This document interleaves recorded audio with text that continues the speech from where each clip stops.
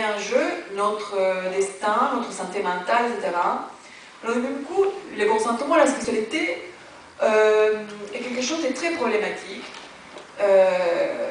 Alors du même coup, je vais vous raconter des histoires même par rapport à cette question de comment c'est problématique, mais un des exemples de comment c'est problématique, c'est que par exemple, en France, on considère qu'une femme ne peut pas, ou un homme ne peut pas consentir à se prostituer, par exemple. Là, il y a le consentement, et pourtant, contre l'argent, on considère que ce n'est pas un consentement valable.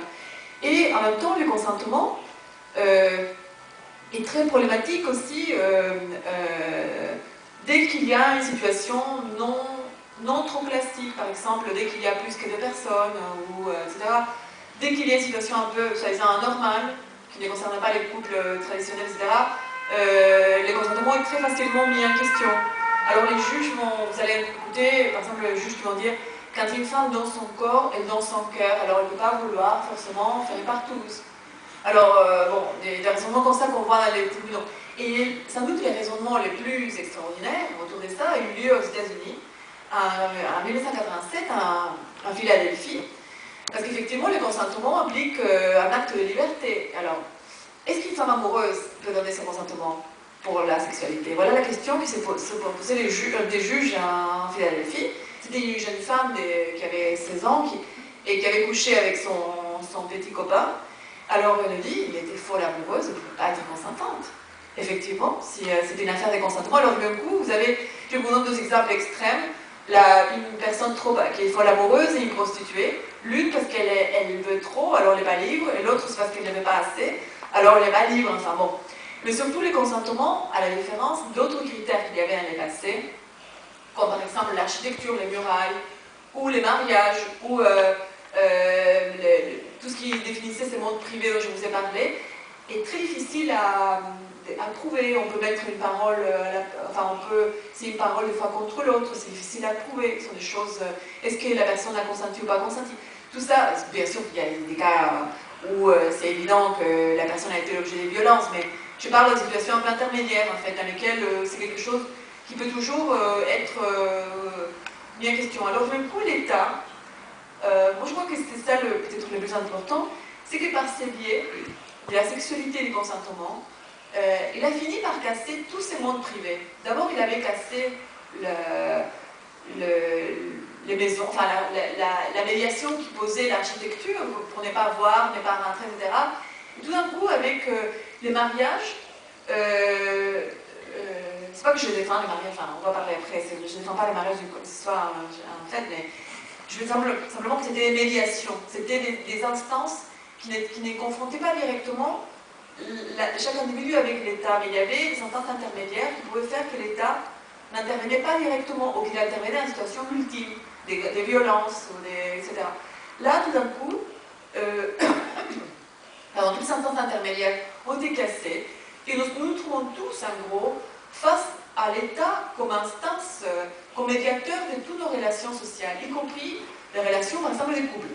Je ne sais pas si vous savez, mais il y a eu une réforme du code pénal, une loi il y a quelques années, en 2004, je crois 2005, qui a fait que les viols dans les seins d'un couple, soit mariage ou concubinage ou d'ex-conjoint, est plus puni que les viols entre inconnus. C'est-à-dire que les viols dans le cadre conjugal ou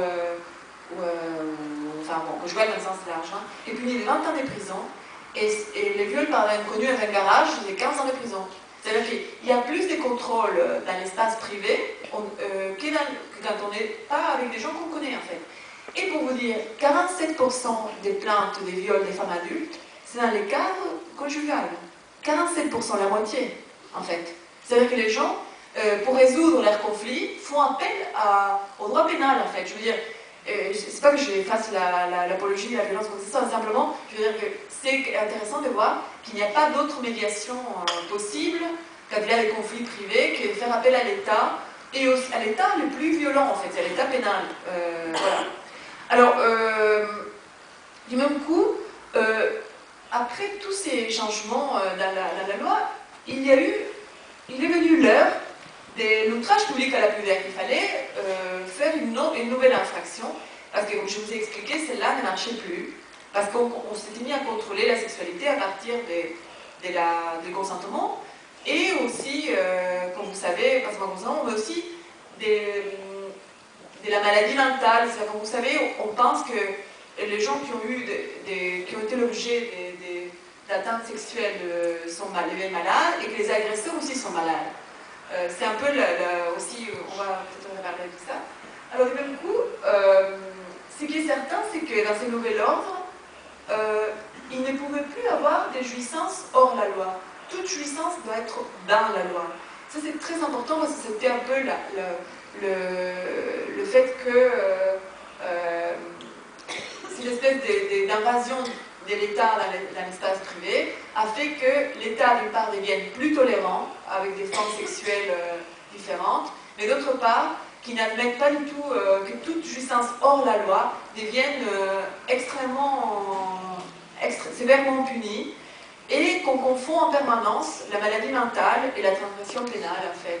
D'un coup, les gens qui transgressent l'ordre pénal sont à la fois des criminels et des malades, et on pense en plus qu'ils ne vont jamais pouvoir guérir, ils sont considérés comme des pervers, enfin bon, toutes les choses que vous connaissez, qui c'est lié, à mon avis, à cette idée d'un État qui devient plus libéral, mais j'insiste, pas des jouissances sur la loi, même si, comme vous avez vu, au 19e, avant la croisade morale, il y avait surtout les mondes privés qui étaient à part, c'est-à-dire qu'il y avait beaucoup des vies clandestines, enfin, hors l'État, hors la vue de l'État.